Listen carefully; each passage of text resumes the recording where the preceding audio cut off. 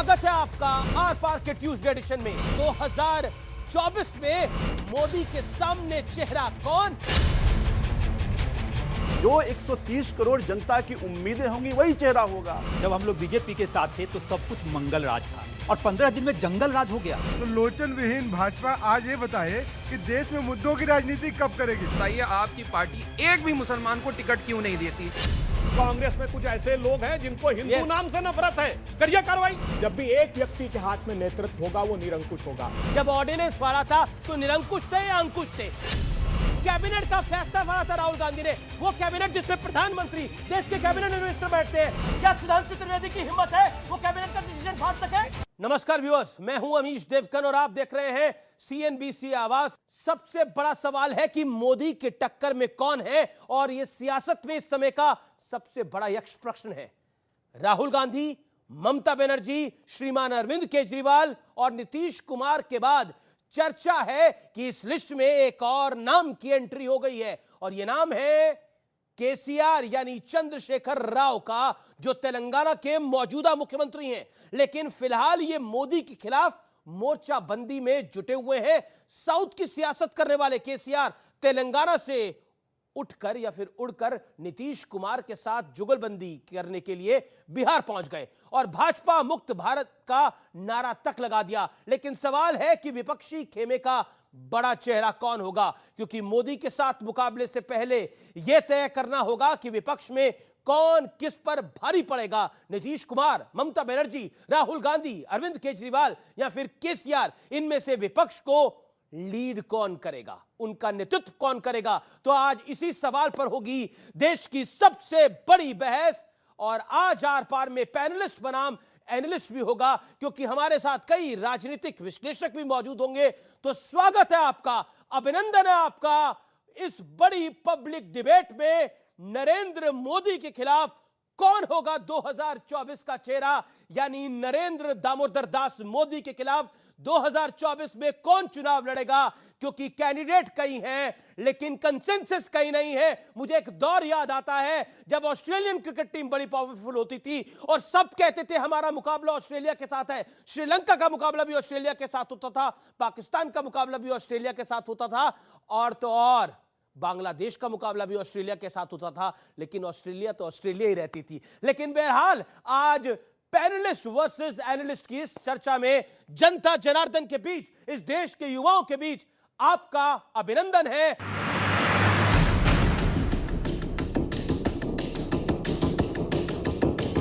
भ्रष्टाचार और भ्रष्टाचारियों को बचाने के लिए कुछ राजनीतिक दल खुलकर के सामने आ गए हैं, संगठित होने का प्रयास कर रहे हैं।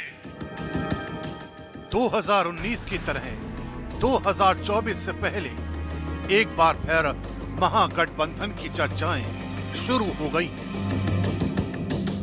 लेकिन मोदी के खिलाफ चेहरा कौन होगा, इस पर घोर असमंजस है। पीएम कैंडिडेट की लिस्ट में लेटेस्ट नाम नीतीश कुमार का जुड़ा है। एनडीए से अलग होते ही इसकी चर्चाएं शुरू हो गई।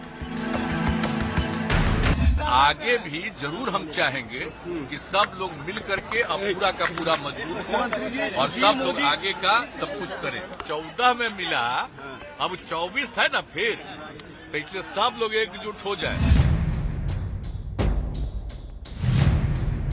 हालांकि पटना पहुंचे केसीआर की प्रेस कॉन्फ्रेंस को देखकर लगा कि नीतीश बाबू के लिए शायद दिल्ली दूर है। उनके पास एक चेहरा है, केसीआर साहब नीतीश कुमार जी का नाम प्रपोज करेंगे। आप क्यों जल्दीबाजी कर रहे हैं? हमको बैठने दीजिए, बात तो करने चाहिए। मैंने उनका नाम लिया तो आप बैठ जाइए।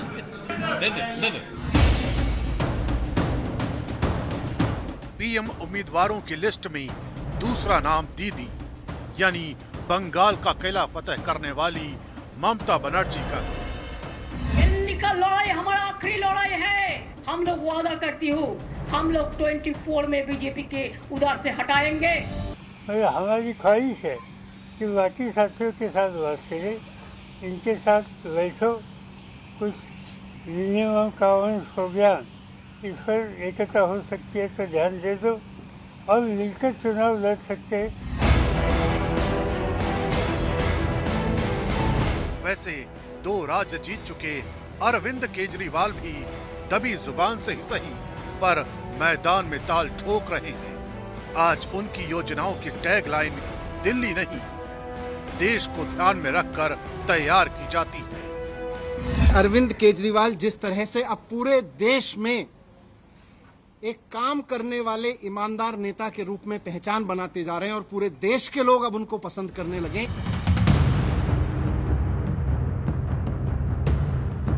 इस वक्त इस लिस्ट के पहले उम्मीदवार कुछ पिछड़ गए हैं।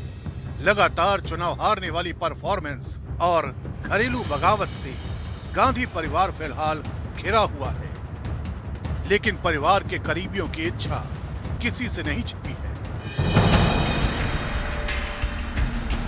लेकिन सवाल यह है कि इनमें से कौन प्रधानमंत्री मोदी की तरह ब्रेव और बोल्ड डिसीजन ले सकता है, क्योंकि मोदी लगातार इतिहास की भूल सुधार रहे हैं। हाल ही में उन्होंने नेवी के सिंबल से सेंट जॉर्ज के क्रॉस को गुड बाय करा दिया।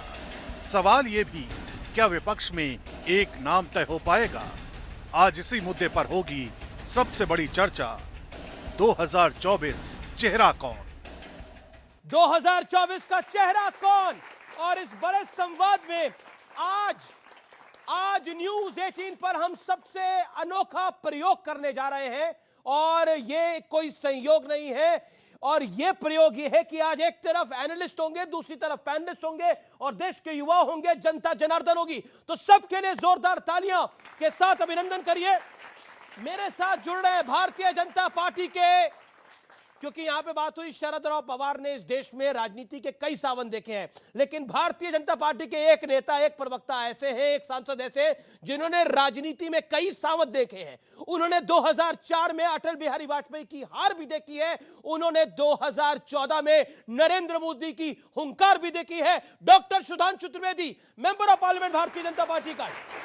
मेरे साथ कांग्रेस की ओर से जुड़ रहे हैं अभय दुबे, इन्होंने भी कांग्रेस के कई सावन देखे हैं। इन्होंने 15 साल बाद मध्य प्रदेश में सरकार आती हुई देखी है, लेकिन 2.5 साल में जाती हुई भी देखी है। अभय दुबे का अभिनंदन करिए। मेरे साथ संजीव झा हैं, विधायक हैं आम आदमी पार्टी के, और आम आदमी पार्टी को लग रहा है कि अब मोदी के बनाम केजरीवाल हैं, इसीलिए बीजेपी डरी हुई है, ये नारा ये दे रहे हैं। अभिनंदन है, जोरदार तालियों के साथ स्वागत करिए।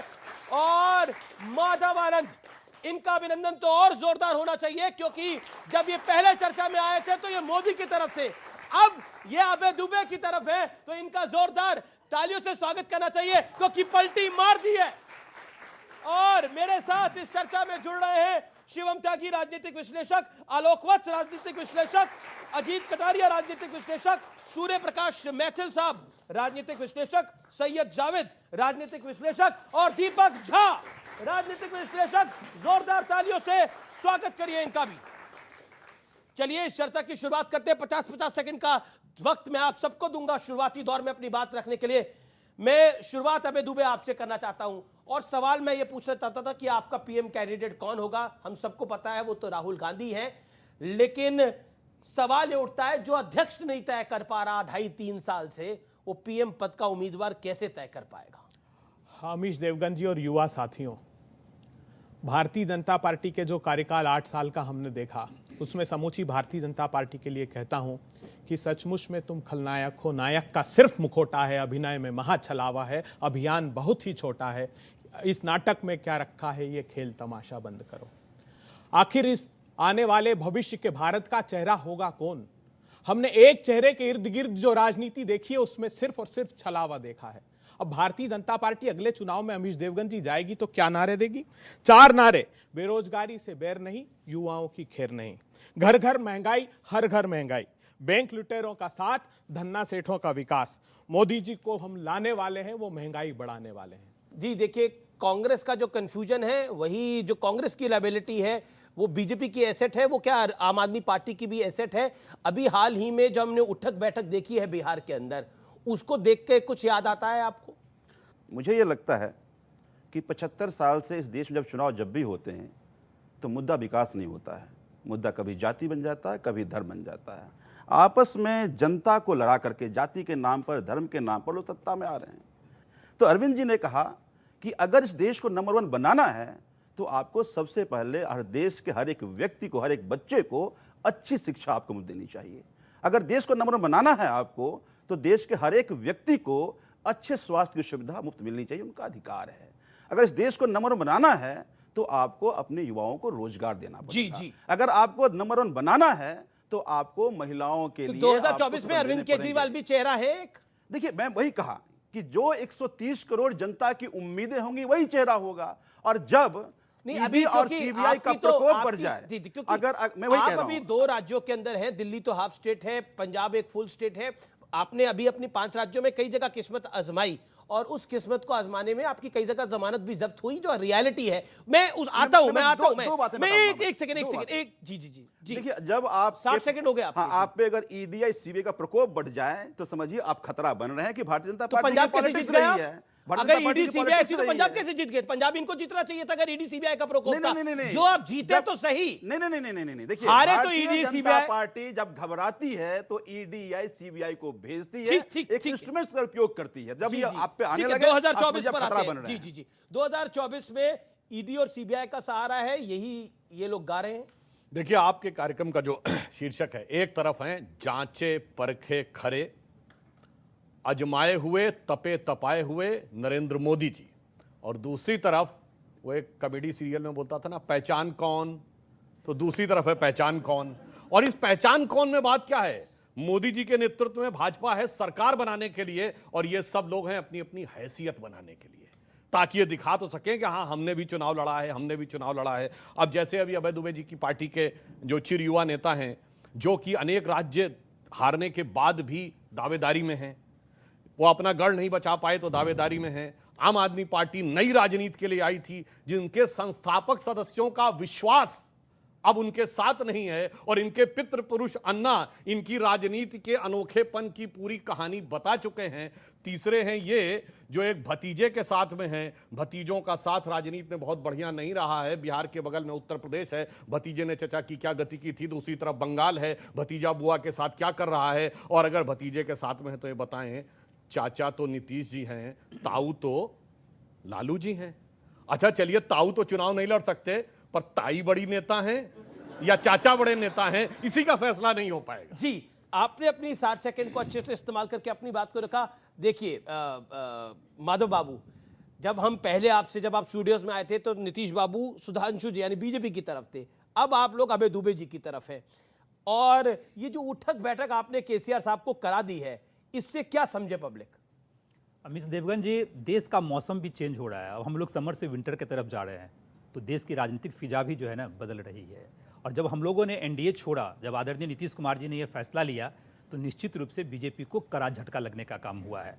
बीजेपी की बेचैनी को हम लोग समझ सकते हैं, और कोई भी पार्टी इस तरह का निर्णय लेती है तो पार्टी को बनाती भी जनता है और बिगाड़ती भी जनता है। तो जनमानस की भावनाओं को समझते हुए जो बीजेपी की तो कर दीजिए घोषणा, आ रहे हैं नीतीश बाबू, करिए। अरे हम लोगों ने कहा ना, आगाज हुआ है बदलाव होगा, आगाज हुआ है बदलाव भी होगा। और 2024 में नहीं, हकीकत की बात कर रहे हैं, जुमलेबाजी हम लोग नहीं करते हैं। तो आगाज हुआ है तो बदलाव भी होगा। नीतीश बाबू सीएम कैंडिडेट, 60 सेकंड का यूटिलाइज करने दीजिए, 60 सेकंड का यूटिलाइज करने दीजिए। धांसू भाई ने यूटिलाइज किया, मुझे भी करने दीजिए। जी। और जहां तक आपने कहा कि विपक्ष का चेहरा कौन होगा, अरे विपक्ष का चेहरा समय रहते हुए हम लोग तय करने का काम करेंगे। अभी जो हम लोग का मकसद है कि जितनी भी विपक्षी पार्टियां हैं सब एक साथ हो जाएं। जब एक साथ हो जाएंगे तो निश्चित रूप से चेहरा भी आपको बहुत जल्दी जैसे सुनने को मिल जाएगा। ठीक है, लेकिन राहुल जी को आपका समर्थन मिलेगा? राहुल जी तो हम लोग के गठबंधन में है, बिहार में गठबंधन की सरकार चल रही है। राहुल जी को आपका समर्थन मिलेगा एज अ पीएम कैंडिडेट? देखिए, मैंने कहा कि जब सारी पार्टियां बैठेगी, जब एकजुट हो जाएंगे, जैसे केसीआर को बिठा रहे थे आप, निश्चित रूप से चेहरा हो जाएगा, चेहरे पे हो जाएगा। और आदरणीय नीतीश कुमार जी, ठीक है, सुधांशु जी सबको पता है। देन अभय दुबे, और फिर मैं अपने एनालिस्ट के पास आ रहा हूं। चेहरा हो जाएगा नहीं, यहां चेहरा नहीं है, चेहरे हैं। और उन चेहरों का हश्र क्या होता है, मैं याद दिलाना चाहता हूं।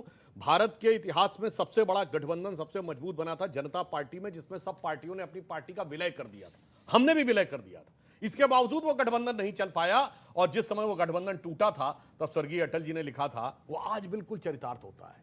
बेनकाब चेहरे हैं, दाग बड़े गहरे हैं, टूटता तिलिस्म आज सच से भय खाता हूं, गीत नहीं गाता हूं, गीत नहीं गाता हूं, वो इन लोगों के ऊपर लागू होता है। अब अबे जी, ये मतलब आपका अपना नेता नहीं तय हो पा रहा, तो आप पे विपक्ष भी ये भरोसा कैसे करेगा? ये संजीव झा या फिर माधव आनंद भरोसा कैसे करेंगे? आपको अपने ऊपर खुद ही भरोसा नहीं है।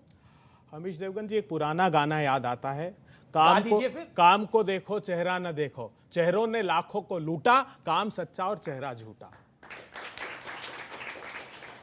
इन्होंने कहा कि नीतीश बाबू को पीएम कैंडिडेट घोषित कर दीजिए, किसी ने नहीं किया, उनके राजनीतिक दल ने नहीं किया, कांग्रेस पार्टी ने, गठबंधन ने नहीं किया। अरे क्या बात कर रहे हैं? मैं सबूत साथ लाया हूं, मैं यहाँ पे एनालिस्ट को सबूत दिखा देता हूं। किसको दिखाऊं? आप देख लीजिए, ये सबूत है, मैं आप सबको बांट देता हूं भाई, सबूत देख लीजिए आप लोग, सबूत देखिए, कमाल की बात कर रहे हैं। आपको भी दिखाता हूं, आगाज हुआ है, बदलाव होगा, पूरे पटना में पोस्टर लगे पड़े भैया। आप कह रहे हो अभी तक उन्होंने अपने आप की घोषणा नहीं करी है। इधर देखिए, ये क्या है, ये पढ़िए आप लोग। आगाज हुआ है, बदलाव होगा, इसका अर्थ जानते हैं आप? फोटो किसकी लगी है? चेहरा ना देखो, तस्वीर किसकी दिखा रहे हो? अब मैं वही बता रहा हूं, ये तस्वीर के बारे में एक बार चेहरा सच्चा, बातें झूठा, एक बार उल्लेख कर दिया था इनके सुशील मोदी जी ने, एक ही शब्द में बहुत कुछ कह दिया। आज तक समूचे देश में एकमात्र आदमी ने घोषणा की कि पीएम मटेरियल नीतीश बाबू है। कौन ने की? सुशील मोदी, भारतीय जनता अच्छा, आप अपने पोस्टर में, आपके पोस्टर में लिखा हुआ है प्रदेश में दिखा, देश में दिखेगा, यही लिखा हुआ है ना? से हटा दिया तुरंत। एक सेकंड, ये देखिए क्या लिखा हुआ है, प्रदेश में दिखा, देश में दिखेगा। अब बताइए क्या कहिएगा? अब देखिए, स्वीकार करते हैं? अब मैं आपको थोड़ा स्वीकार करते हैं? थोड़ा सा ना बोलिए, करने सवाल तो बनता है भाई। हमने स्वीकार करते हैं? हमारा प्रधानमंत्री पद का नेतृत्व युवा करेंगे, भारत के किसान करेंगे, 75 करोड़ किसान। जो आपने इसमें लाइन लिखी ना, प्रदेश में दिखा, देश में दिखेगा, मैंने नहीं लिखी भैया। नहीं, मैं जो लिखी हुई है वो नीतीश बाबू ने लिखी। आपने इनसे सवाल बहुत सही पूछा, भाई साहब अमेठी में नहीं दिखा मगर वायनाड में दिखा, ये होती है समझदारी। प्रदेश में नहीं दिखा, ग्वालियर में हारे थे अटल जी, ग्वालियर में चुनाव अटल बिहारी वाजपेयी भी हारे थे। बहुत सही बात है। ऐसा मत कहिए आप, मान्यवर, जो भी राजनेता देश में है, नेतृत्व करते, तो क्या आपके लिए अप्रासंगिक चुनाव हारना बड़ी बात नहीं है? बिल्कुल, हम कहते हैं हम 2 सीटों वाली पार्टी में रह चुके हैं, पर हमारी साख मजबूत थी, ये साख हार चुके हैं। आज मैं ईमानदारी से कहूं, 136 बड़ी महत्वपूर्ण बात बोली, कांग्रेस अपनी साख हार चुकी है, और ये बात आम आदमी पार्टी भी कहती है कि इन्होंने देश के युवाओं की साख को हरा दिया। देखिए, भाजपा का क्या है, एक श्लोक है, चाणक्य ने कहा है, लोचनाभ्याम विहीनस्य दर्पणम किम करिष्यति। तो लोचन विहीन भाजपा आज ये बताए कि देश में मुद्दों की राजनीति कब करेगी? देश में राहुल गांधी से लड़ेंगे कि देश में बरगलाने की राजनीति करेंगे? राहुल गांधी को तो छोड़िए, राहुल गांधी को आपने भी छोड़ दिया। नहीं, मेरी बात नहीं, मैं आप उनको पसंद करते थे? मैं अभी भी पसंद करता हूं या नहीं करता हूं, बाद में हम डिस्कस कर लेंगे। क्यों अभी करे भाई? पब्लिक कैमरा लगा हुआ है, अब आप पसंद नहीं करते? मैं राहुल गांधी को पसंद करता हूं, इसलिए मैं इनसे सवाल करता हूं। आप राहुल गांधी को पीएम देखना चाहते हैं? बिल्कुल देखना चाहता हूं, इसमें कोई दो मत नहीं है। नीतीश जी को नहीं देखना चाहते? नीतीश जी आएंगे, देखा जाएगा, लेकिन नहीं तो फिर अरविंद, अच्छा कमाल है, मैं तो सवाल पूछ रहा हूँ। आप अरे मैं तो बिल्कुल, आप देखिए, आप भी आप दो पूछिए। नहीं, मैंने करे ऑप्शन नहीं दिया, कमाल की बात है। आपने ऑप्शन देते कि क्या ऑप्शन चाहिए आपको? ऑप्शन चाहिए, आप खुद बोलिए। ऑप्शन नहीं है ना, देश को कोई ऑप्शन नहीं चाहिए।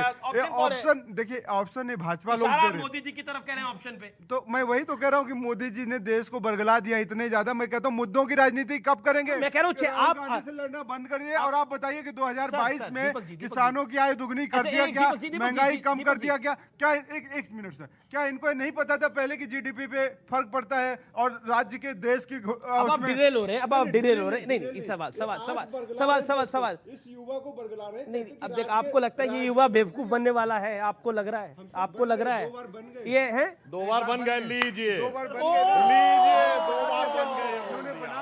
ओ अच्छा, मैं एक बात बताऊं, इन्होंने बड़ी अच्छी बात कही। इन्होंने अपने 2 बार बेवकूफ बन गए देश के युवा। मैं भी बता रहा हूं, इन्होंने वाक्य की शुरुआत की एक संस्कृत का वाक्य बोला, लोचनाभ्याम विहीनस्य दर्पणम किम करिष्यति। पूरा श्लोक जानते क्या है?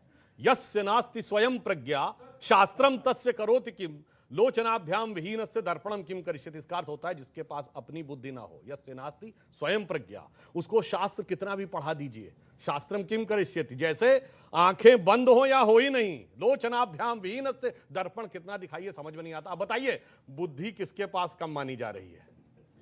अच्छा बताइए, बाल बुद्धि शब्द किसने असंसदीय किस राज्य की विधानसभा ने किया और किसके लिए किया, इसके लिए इन युवाओं को समझने के लिए उतनी बुद्धि इन सबके अंदर है कि कौन बुद्धिहीन है और किसके लिए बाल बुद्धि शब्द प्रयोग किया जा रहा है और कौन बुद्धिमान है। इसलिए इस युवा जनता की बुद्धि के ऊपर हमें पूर्ण भरोसा है। इन्होंने बोला कि 2 बारी से इन्होंने बेवकूफ बना दिया देश के युवाओं को, देश के लोगों को।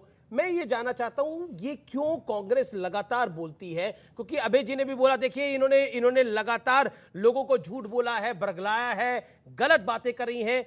क्यों कांग्रेस को ऐसा लगता है कि लगातार लोग बेवकूफ बनते जा रहे हैं? यूपी में अभी 5 राज्यों में चुनाव हुआ, आपका रिजल्ट क्या आया? कितनी एक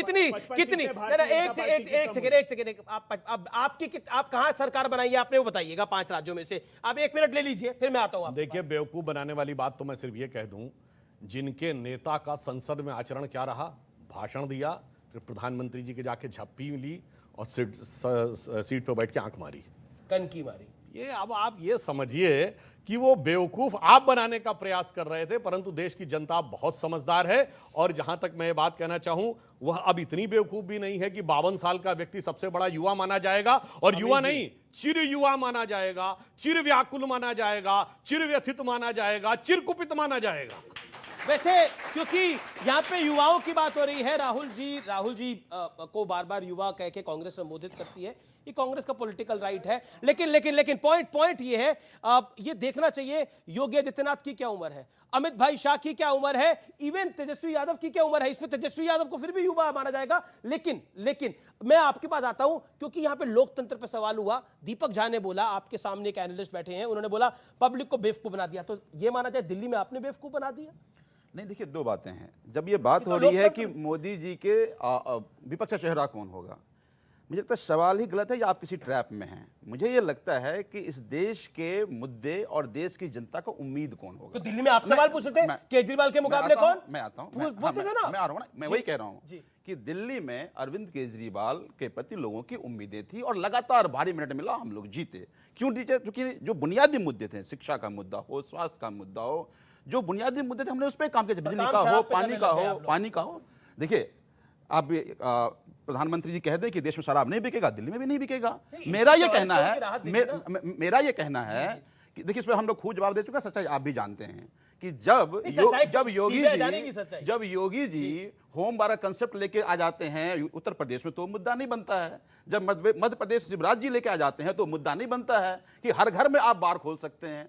तो मुझे ये लगता है कि ये सारी बातें केवल इसलिए हो रही है, इस सारी बात केवल में जब शराब मुद्दा बने तो चर्चा इस पे भी होनी चाहिए कि उत्तर प्रदेश में ये बारसाला बन रहा है। चर्चा इस पे भी होनी चाहिए कि मध्य प्रदेश में बारसाला मुद्दा बन रहा है। लेकिन 2 बातें मैं सुधांशु जी ने कहा, मैं बड़ा सम्मान करता हूं, विद्वान व्यक्ति हैं। इन्होंने कहा कि संस्थापक सदस्यों का विश्वास छूट गया आम आदमी पार्टी के साथ। तो मैं कहता हूं जरा आडवाणी जी का ख्याल कर लेते हैं, आप बेचारे हैं कहां और किस हालात में हैं, जिन्होंने पार्टी की स्थापना करी थी, दिख नहीं रहे हैं कहीं। दूसरी बात कि इन्होंने की उम्र 94 साल है वैसे। नहीं, आप हालचाल तो पूछ लेंगे, ये हालचाल नहीं पूछेंगे उनसे, बेचारे हैं कहां, किस हालात में है। उस पार्टी को आपको जमीन से लेकर यहां तक लाने में बहुत बड़ा योगदान था। जवाब। तो मैंने तो विश्वास छूटने की बात ये कही थी, इनके संस्थापक विश्वास ने कहा था कि ये खालिस्तानियों के साथ हैं भाई। और संस्थापक में भी, जो संस्थापक में जो आधारशिला थे, अन्ना जी, पितृ पुरुष, प्रेरणा पुरुष, अधिष्ठाता आम आदमी पार्टी के वैचारिक आंदोलन के, उन्होंने क्या कहा? आपने बिल्कुल देखिए, नई राजनीति कितनी बढ़िया।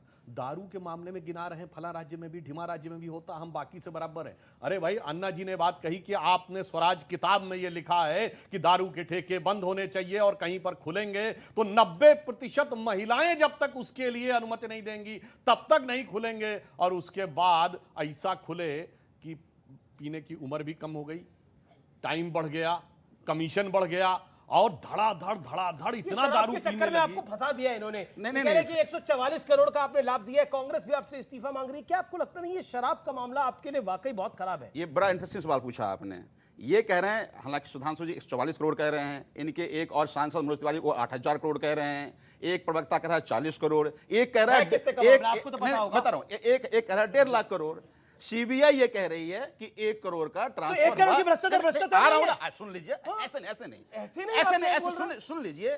सीबीआई ये कह रहा है कि एक शराब की कंपनी का मालिक दूसरे शराब कंपनी का मालिक 1 करोड़ ट्रांसफर किया। सीबीआई 6 घंटे तक मनीष जी को पूछताछ किया।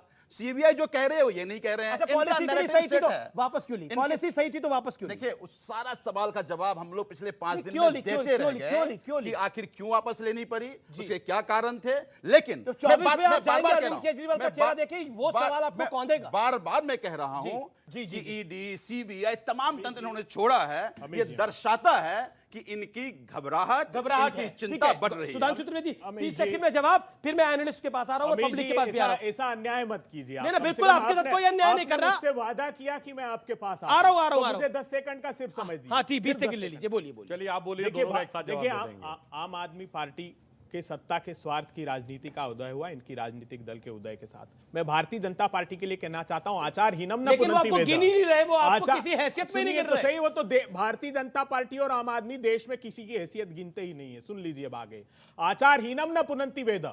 वेद भी जिनका आचरण ठीक नहीं है उनको ठीक नहीं कर सकता। आपने कहा राहुल गांधी जी ने आंख का फिसल जाना उतना घातक नहीं है जितना नियत का फिसल जाना है। भारतीय जनता पार्टी की नियत फिसल गई दोस्तों। क्या कहा था आपको? 2 करोड़ रोजगार का सृजन मित्रों हर साल करूंगा। 12 करोड़ रोजगार आप लोगों के छीन लिए गए। 84 करोड़ लोगों की हिंदुस्तान में आमदनी कम कर दी। प्रधानमंत्री जी ने भावुक होकर कहा था कि मेरी उज्ज्वला बहनों, मेरे आंखों में आंसू आ जाते हैं जब मैं देखता हूं कि धुएं के कारण आपके लंग्स खराब हो रहे हैं, आपकी आजीविका पर फर्क पड़ रहा है। प्रधानमंत्री जी 1000 रुपए का गैस का सिलेंडर जब आप कर देते हैं तो 3.5 करोड़ उज्ज्वला बहनें फिर उस धुएं को पीने के लिए बाध्य हो जाती हैं। सुधांशु त्रिवेदी। मैं सिर्फ ये बात कहता हूं कि जो लोग आज कहते हैं आज पूरी दुनिया में प्रचंड महंगाई है, और मैं सिर्फ एक उदाहरण देना चाहता हूं। अमेरिका ने अपने स्ट्रेटेजिक ऑयल रिजर्व्स खोले हैं। 23 नवंबर 2021 का व्हाइट हाउस का प्रेस रिलीज देख लीजिए। मैं चुनौती से पूछता हूं, बताइए कभी पिछले 200 साल में अगर उसने स्ट्रेटेजिक ऑयल रिजर्व्स खोले हों। उसके बावजूद आज 1000 रुपए का सिलेंडर है और जनवरी 2014 में 1241 रुपए का सिलेंडर था।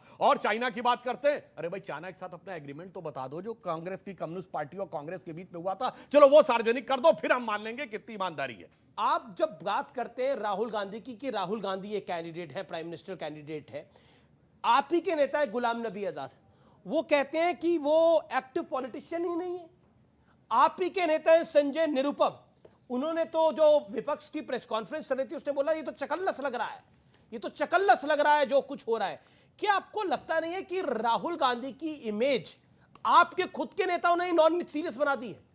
देखिए, मैं तो देश की जनता से पूछना चाहता हूं, अगर राहुल गांधी जी भट्टा परसोल से लड़ाई प्रारंभ करते हैं और 75 करोड़ किसानों को देश के उनके भूमि का अधिकार दिलाते हैं, जिसको प्रधानमंत्री आती एक के बाद एक 3 अध्यादेश से समाप्त करना चाहते हैं, तो वो राहुल गांधी हिंदुस्तान के हित की बात करता है कि नहीं करता है? वो राहुल गांधी जो कहता है कि आदिवासी अधिनियम, आदिवासियों को जंगल में आजीविका का अधिकार देकर 15 करोड़ आदिवासियों को हम उनका अधिकार देंगे, तो सवाल आ रहा है, बताइए। सर, मेरा सवाल ये है कि जैसे इतनी सारी हिट फिल्में देने के बाद भी आमिर खान की फिल्में फ्लॉप जा रही हैं, वैसी राजनीति में राहुल गांधी जी भी फ्लॉप हो रहे हैं, उनके ही आदमी उन्हें छोड़कर जा रहे हैं, ऐसा क्यों? तो मतलब ये आपका कहना है कि राहुल गांधी और आमिर खान दोनों का वक्त चला गया है? देखिए, चिंता ये बेसिकली आपका पॉइंट। देश के युवाओं को चिंता ये करनी चाहिए कि युवाओं ने वो जो सपने दिखाए युवाओं के रोजगार के, वो फिल्म फ्लॉप कर दी प्रधानमंत्री राहुल गांधी पर। ऐसा है, एक लाइन ऐसे लाइटर नोट पे, थोड़ा लाइटर नोट पे, हम तो लखनऊ के रहने वाले, वहां एक कहावत है,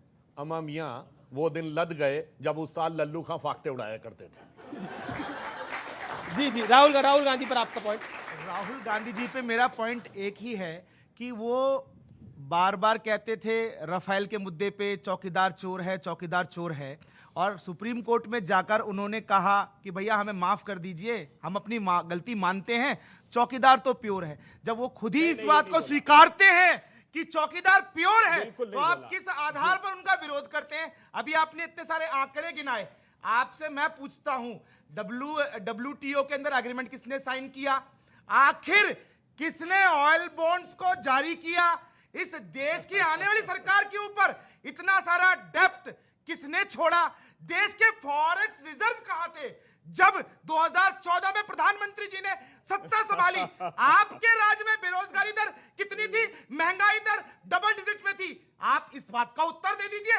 आज के सिनेरियो में पूरे विश्व के अंदर जब प्रधानमंत्री प्रधानमंत्री जी एक ग्लोबल लीडर बनकर पूरे विश्व का नेतृत्व कर रहे हैं जी। और महंगाई जो यूरोपियन कंट्रीज है वहां जी, पर जी, जी। डबल डिजिट से ऊपर जा रही हैं। जी, जी, आपने तो बहुत आज बढ़िया। इंडिया के अंदर जी, स्थिति इतनी thank you। अच्छी है, आपको धन्यवाद नहीं करना चाहिए? जब जी, झूठ जी। बोलते हैं ठीक, जब ठीक। झूठ बोलते हैं तो आवाज भारी रखते हैं और भाजपा की तरह ये अपनी तकरीर जारी रखते हैं। क्या कहा?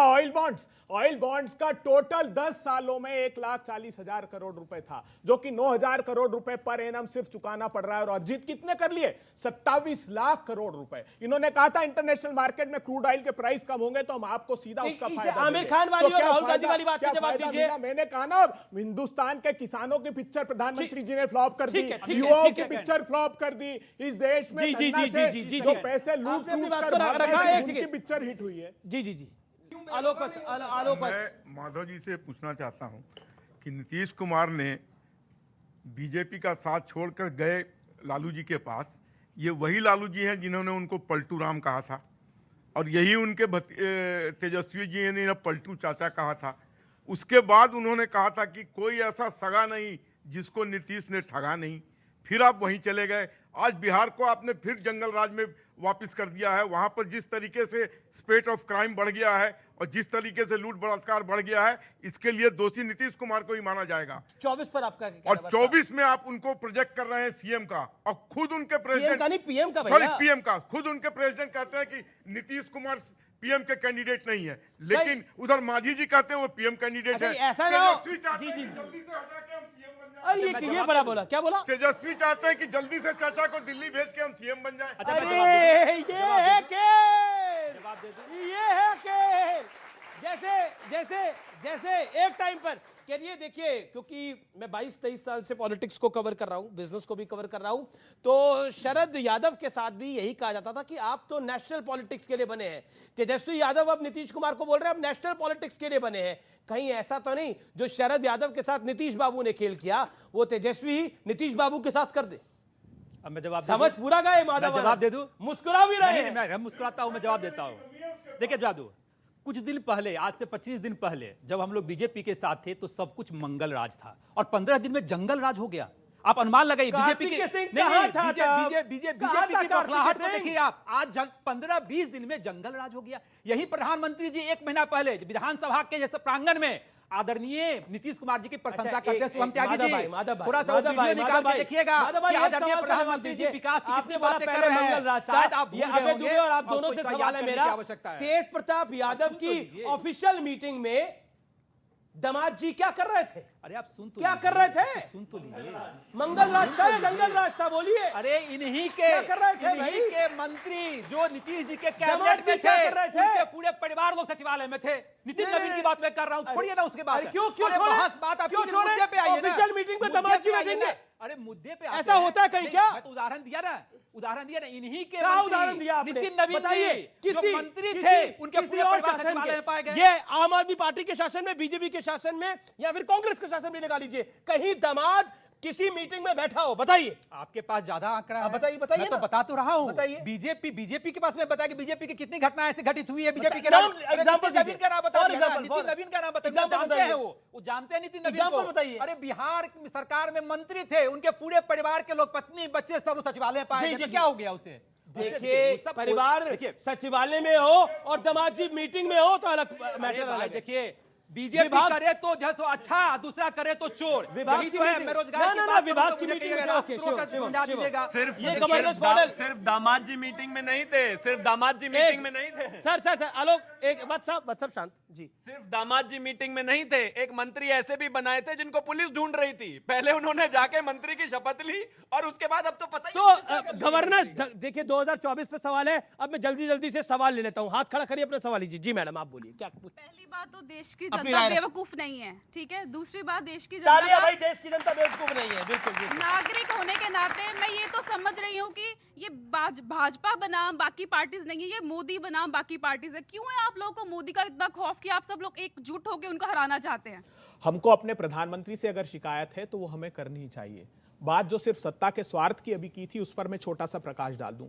जहां जहां भी नरेंद्र मोदी जी जाते थे, जम्मू कश्मीर जाते थे, बोले बाप बेटी की सरकार है, इसने भ्रष्टाचार किया है, ये देश विरोधी है। जब सत्ता का समय आता है तो उसी के साथ 3 सालों तक सत्ता पीडीपी के साथ बनाते हैं। ठीक जो है, प्रेस अगला सवाल, कॉन्फ्रेंस अगला में बैठ सवाल, करके लंबा नहीं, लंबा नहीं, अमीश जी, छोटा। जी। सर, मेरा सवाल सुधांशु जी से है कि बीजेपी पर विपक्षी दल आरोप लगाते हैं कि वो धर्म की राजनीति करते हैं, तो क्या बीजेपी को अब धर्म की राजनीति का ट्रैक बदल के अब धर्म की राजनीति छोड़ देनी चाहिए? आप पे आरोप लगता है ये तो क्या आप सांप्रदायिक है और आज से नहीं आदिकाल से लगा आ रहा है ये आरोप? तो जवाब बिल्कुल सही बात है। देश का प्रधानमंत्री ये कहे कि मुस्लिम should have first right over the national resources of India, ये सेकुलरिज्म है। और विरोध करिए तो सांप्रदायिकता है। एक पार्टी है जिसका नाम है मजलिसे इत्तिहादुल मुसलमीन, मुसलमानों की एकता के लिए समर्पित पार्टी, वो सेकुलरिज्म का प्रतीक है। और यदि विरोध करे, अब मैं एक बात सिर्फ कह देना चाहता हूं, ये बात मैं कई बार कह चुका हूं, 2014 से पहले भारत आंशिक मुस्लिम राष्ट्र था। चूंकि भारत के संविधान में शरिया के प्रावधानों को संवैधानिक मान्यता प्राप्त थी और यदि शरिया का प्रावधान सर्वोच्च न्यायालय के खिलाफ आए, सर्वोच्च न्यायालय के निर्णय को कुचलकर शरिया को सर्वोच्च न्यायालय से ऊपर रखा गया। मैं चुनौती से पूछता हूं, दुनिया किसी सेकुलर देश में ऐसा हुआ हो तो बताइए? सिर्फ मुस्लिम देशों में एक होता था। इसलिए हम देश को ट्रू सेकुलर देश बना रहे हैं और ये लोग उसको आंशिक मुस्लिम रखना। देखिए जी, सवाल। सुधांशु जी, ये बताइए आपकी पार्टी एक भी मुसलमान को टिकट क्यों नहीं देती, चाहे प्रदेश के अंदर हो गई चाहे केंद्र के अंदर हो गई? आज केंद्र के अंदर अगर आप सेकुलरिज्म को अगर बातें कहते हैं, बुरी भली बातें कहते हैं आप सेकुलरिज्म को, आज हिंदुस्तान का जो कॉन्स्टिट्यूशन के ऊपर जिसके ऊपर ओथ ली जाती है वो भी सेकुलर है, तो आप उसको मानते हैं या नहीं मानते हैं? बहुत वाजिब सवाल है, महत्वपूर्ण सवाल। बहुत वाजिब सवाल किया है। अब मैं बताना चाहता हूं, माइनॉरिटी कमीशन का चेयरमैन किसी गैर मुस्लिम को बनाया कभी कांग्रेस ने? हमने बनाया सरदार त्रिलोचन सिंह जी को। मैं पूछना चाहता हूं, कांग्रेस के जमाने में कोई बुद्धिस्ट मंत्री था, कोई पारसी मंत्री था, कोई किसी जोरोस्ट्रियन को कुछ बनाया, किसी जैन को बनाया? किसी को नहीं बनाया। सुनिए, अगर वोट देने की स्थिति हो तो हम बताना चाहते हैं, कॉमन सिविल कोड एक ही राज्य में है, वो है गोवा, जो हाईली क्रिश्चियन डोमिनेटेड है। किसी को कोई समस्या नहीं। 40 में 18 क्रिश्चियन को टिकट दिए।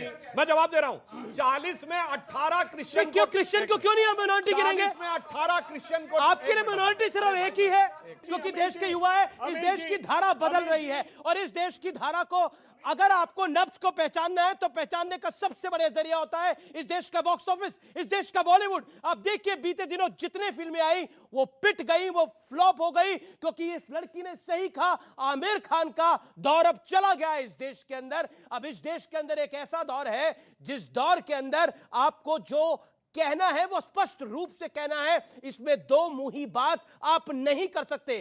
कांग्रेस की समस्या यह है कि कांग्रेस ये नहीं तय कर पा रही कि उसका अध्यक्ष कौन होगा, उसका चेहरा कौन होगा। कांग्रेस की प्रॉब्लम यह है। अब अबे दुबे मैं आपको बताता हूं, आप खुद से मत बोलिए, सवाल सुनिए, सवाल का जवाब दीजिए ना, सवाल सुनिए, जवाब दीजिए इत्मीनान से। 40 सेकंड में आपको इत्मीनान से देता हूं। मेरा सवाल बड़ा महत्वपूर्ण है आपसे। आपके सर बहुत बड़े नेता गुलाम नबी आजाद ने पार्टी छोड़ी। उन्होंने बोला कि आपकी पार्टी में चपरासी फैसले लेते हैं, ओएसडी फैसले लेते हैं, सिक्योरिटी गार्ड फैसले लेते हैं। आपको भारत जोड़ो यात्रा तो छोड़िए, आपको कांग्रेस जोड़ो यात्रा करनी चाहिए। कश्मीर से लेकर कन्याकुमारी तक आपके नेता से नेता छूटते जा रहे हैं। क्यों? मनीष तिवारी कहते हैं कि अगर इलेक्शन प्रोसेस ठीक नहीं होगा तो कैसे तय होगा, बताइए। अमीश देवगन जी, मैं इन साथी की बात से असहमत हूं कि भारतीय जनता पार्टी ने किसी माइनॉरिटी के आदमी को टिकट नहीं दिया। सैफुल्लाह फारूक जो दुर्दांत आतंकवादी था जिसने हिंदू पंडितों की हत्या की, 10 वर्ष जेल में रहा और अजहर मसूद से 1 साल शिक्षा ली पाकिस्तान जाकर, उसको वार्ड नंबर 33 से भारतीय जनता पार्टी ने टिकट दिया। रियाज अटारी जिसने कन्हैया का कत्ल किया, वो भारतीय जनता पार्टी का सदस्य था। मीर तारिक अहमद भारतीय जनता पार्टी का विधानसभा लड़ा, आज भी जाकर देख लीजिए, जिसको गांव वालों ने ड्रोन से पाकिस्तान से हथियार सप्लाई करते हुए देखा। मेरे सवाल का भी जवाब गुलाम नबी आजाद पे। एक मिनट अमीश देवगन जी, भारतीय जनता पार्टी को बेनकाब करने दीजिए। नहीं, आप गुलाम नबी आजाद पे जवाब दीजिए। उन्होंने बेनकाब आपको आपने जो गुलाम नबी आजाद बेनकाब करते रहते हैं क्या? साहब की बात की तो मैं दोस्तों से पूछना चाहता हूं, 42 साल तक उन्होंने सत्ता के साथ रहे। जब कांग्रेस पार्टी प्रतिकूल परिस्थिति में है, जब सड़कों पर संघर्ष का समय था, तब उन्होंने कहा, क्योंकि फरवरी 2021 भारत जोड़ो यात्रा में किसका सवाल है? राज्यसभा की सदस्यता हमने बरकरार नहीं रखी, तो वो जो गुलाम नबी आजाद ने कहा। गुलाम नबी आजाद जी ने कहा कि भारत जोड़ो यात्रा की बजाय कांग्रेस जोड़ो यात्रा करनी चाहिए। वो बहुत सीनियर नेता है, बहुत बड़े नेता हैं। उन्होंने कोई बात कही है तो सोच समझकर कही है। उनको लगा होगा कि कांग्रेस पार्टी में आज चौकी हुए अपना क्या नाम है बॉडीगार्ड और पीए और जो उनके चौकीदार हैं वो फैसले लेते हैं, तो इसका मतलब कहीं ना कहीं कोई ना कोई गड़बड़ है। अभय दुबे जी, आप अपनी पार्टी को दुरुस्त करिए, तब जा करके आप जनता को दुरुस्त। ये बहुत बढ़िया बात है, आप अपनी पार्टी को दुरुस्त करिए। क्या आप अपनी पार्टी को दुरुस्त के एक होती है कि हम बीमारी को समझे ना, हम बोले बीमारी है ही नहीं। उनकी चिट्ठी इतनी घातक नहीं जितनी अडवाणी जी ने लिखी थी। अडवाणी जी ने कहा था कि अपना निजी हित साधने के लिए कुछ लोग पार्टी में आ गए नरेंद्र मोदी जी के लिए, तो कम से कम हमारे यहाँ सारे लोग। चलिए अब एक लाइन बोल दो। सुधांशु जी, देखिए गुलाम नबी आजाद साहब तो पार्टी छोड़ के चले गए। अब मैं दो ऐसे नेताओं को बताता हूं जो पार्टी में हैं। AK एंटोनी साहब 2014 की पराजय के बाद उन्होंने रिपोर्ट बनाई, कांग्रेस की हार के कारणों में लिखा कि कांग्रेस एक समुदाय यानी मुस्लिमों के साथ ज्यादा आइडेंटिफाई हो गई, ये हार का कारण था, ये AK एंटोनी ने कहा। और अभी आपके नेता प्रमोद कृष्णम ने यह कहा कि कांग्रेस में कुछ ऐसे लोग हैं जिनको हिंदू नाम से नफरत है। करिए कार्रवाई, बिल्कुल बोलिए। आईना तो आपकी पार्टी बोला, आचार्य प्रमोद कृष्णम ने बोला इस बात को। संजय निरुपम क्या कह रहे हैं? और आचार्य प्रमोद कृष्णम ने यह भी बोला कि अगर ऐसे ही हालात रहे जैसे विपक्ष के हालात है, जैसे मोदी है तभी मुमकिन हो रहा है। मैं तो देश के युवाओं से जानना चाहता हूं, क्या युवाओं से जाने, क्या कांग्रेस पार्टी वोट ही नहीं डाल रहा है? क्या कांग्रेस पार्टी सत्ता की भूख मिटाने के लिए सिर्फ उस जो बबूल भारतीय जनता पार्टी जड़तावाद का बोना चाहती उसके साथ जाना चाहिए, या जो बहुलतावाद का गुलदस्ता हमने लगाया हिंदुस्तान में उसके साथ जाना? अरे तो एंटोनी साहब ने बहुलतावाद कहा है कि जड़तावाद कहा? खुद उत्तर दीजिए ना। पॉइंट सुनिए। कांग्रेस के जो भी नेता हैं और जो भी कार्यकर्ता हैं वो सब राहुल गांधी को PM बनाना चाहते हैं, पर क्या राहुल गांधी खुद PM बनना चाहते हैं? दोनों का ये अच्छा सवाल है। जिस दिन जो अध्यक्ष नहीं बनना चाहता वो PM बनना चाहता है क्या?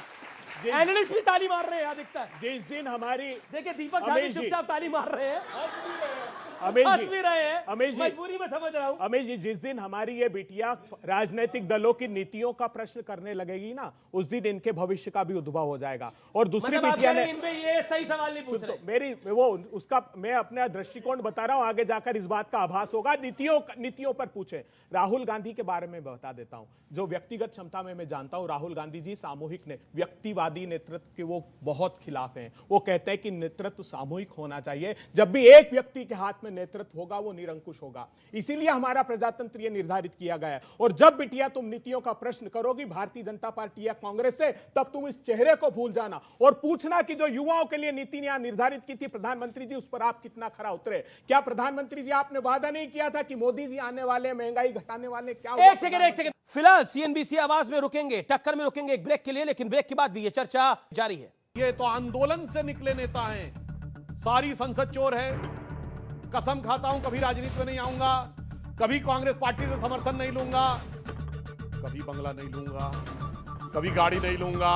और तो और ये कहते केस विड्रॉ हुए, ये भारत के इतिहास की सबसे कम आयु की नई नवेली अजब अलबेली पार्टी है, जिसके की अध्यक्ष चार नेताओं के खिलाफ मिथ्या आरोप लगाने के लिए कोर्ट में माफी मांग चुके। रहे हैं टक्कर CNBC आवाज पर। जब कैबिनेट का फैसला फाड़ा था, जब ऑर्डिनेंस फाड़ा था, तो निरंकुश थे या अंकुश थे? कैबिनेट का फैसला फाड़ा था राहुल गांधी ने, वो कैबिनेट जिसमें प्रधानमंत्री, देश के कैबिनेट मिनिस्टर बैठते हैं, और राहुल गांधी क्या थे? मात्र सांसद जो सुधांशु त्रिवेदी है। क्या सुधांशु त्रिवेदी की हिम्मत है वो कैबिनेट का डिसीजन फाड़ सके? मैं पूछता हूं, एक सेकंड, फाड़ा था, क्या हिम्मत है आप में?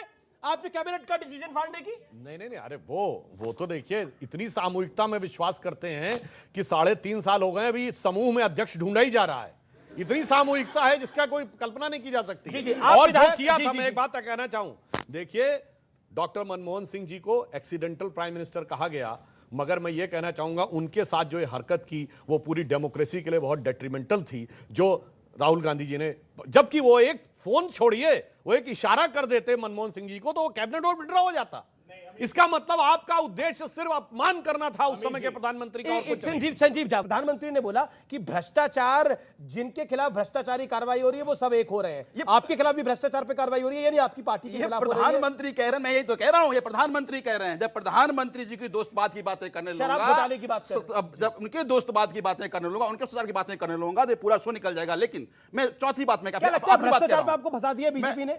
मुझे देखिए, हम सब लोग आंदोलन से आए हुए लोग हैं। मैं एक बात बताऊं, एक बच्ची ने अच्छा सवाल किया, कहा एक आपके एनालिस्ट ने सवाल किया कि इनके बहुत सारे विधायकों पर केस है। बिल्कुल सही बात है। एक बात बताइए, इस 7 साल 8 साल की राजनीति में हमारे 62 MLAs पे 169 केसेज हैं, जिसमें 124 केसेज में कोर्ट ने कहा ये क्या बकवास है। मैं अपनी बात करूं, मेरे पे 4 FIR, क्या FIR है कि हमने पुलिस को मारा पीटा, मैंने चीफ सेक्रेटरी को मारा, मैंने मनोज तिवारी जी को मारा, मैं विजेंद्र गुप्ता जी को मारा, ये सारे केसेस हमारे पे हैं। मैं एक बात कहना चाह रहा हूं, अब देखिए जब कभी इन दोनों की डिबेट होती है, देखिए वो तो शराब वाला मामला मारने पीटने का नहीं है। अब मुझे बोलने दीजिए ना, फिर आप सवाल कर लीजिएगा। इन्होंने कहा कि ये बी टीम है, ये दोनों कहते हैं, दोनों को ये कहते हैं कि बीजेपी की बी टीम है, बीजेपी कहते हैं ये कांग्रेस की बी टीम है। अब जब पंजाब, मैं वही बात कर रहा हूं। और एक बात और उन्होंने कहा कि पंजाब जब गए तो विश्वास जी ने कहा कि ये खालिस्तानी है। तब मैंने दोनों से पूछा कि बताइए भाई ये टीम कौन है फिर खालिस्तानी का, लेकिन पंजाब की जनता ने मुंह तोड़ जवाब दिया। आज तक के इतिहास में ऐसा मेडल किसी को पंजाब में मिला।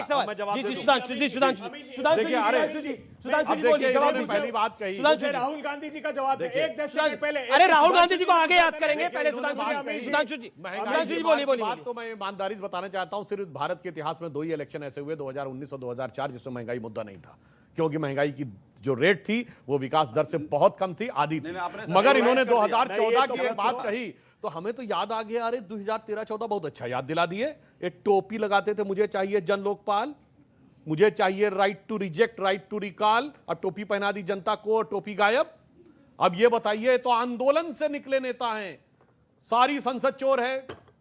कसम खाता हूं कभी राजनीति में नहीं आऊंगा, कभी कांग्रेस पार्टी से समर्थन नहीं लूंगा, कभी बंगला नहीं लूंगा, कभी गाड़ी नहीं लूंगा। और तो और ये कहते केस विड्रॉ हुए, ये भारत के इतिहास की सबसे कम आयु की नई नवेली अजब अलबेली पार्टी है, जिसके की अध्यक्ष 4 नेताओं के खिलाफ मिथ्या आरोप लगाने के लिए कोर्ट में माफी मांग चुके।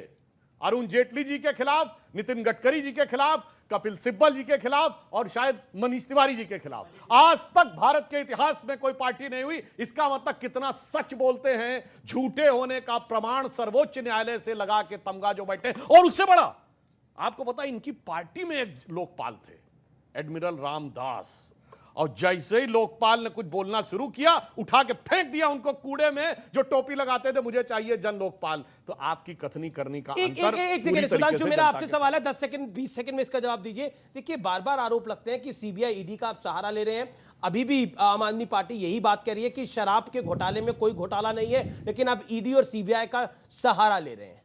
जो आम आदमी पार्टी कह रही है, ऐसी कोई गलत नई बात नहीं करी, गलत बात नहीं करी, यही तो सारे आरोपी लगाते थे।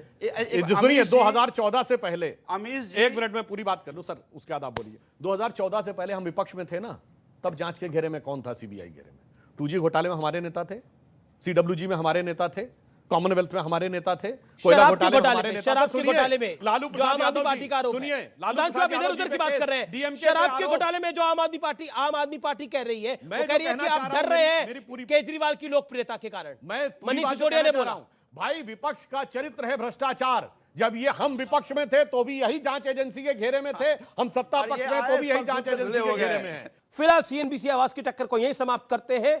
नमस्कार, गुड नाइट।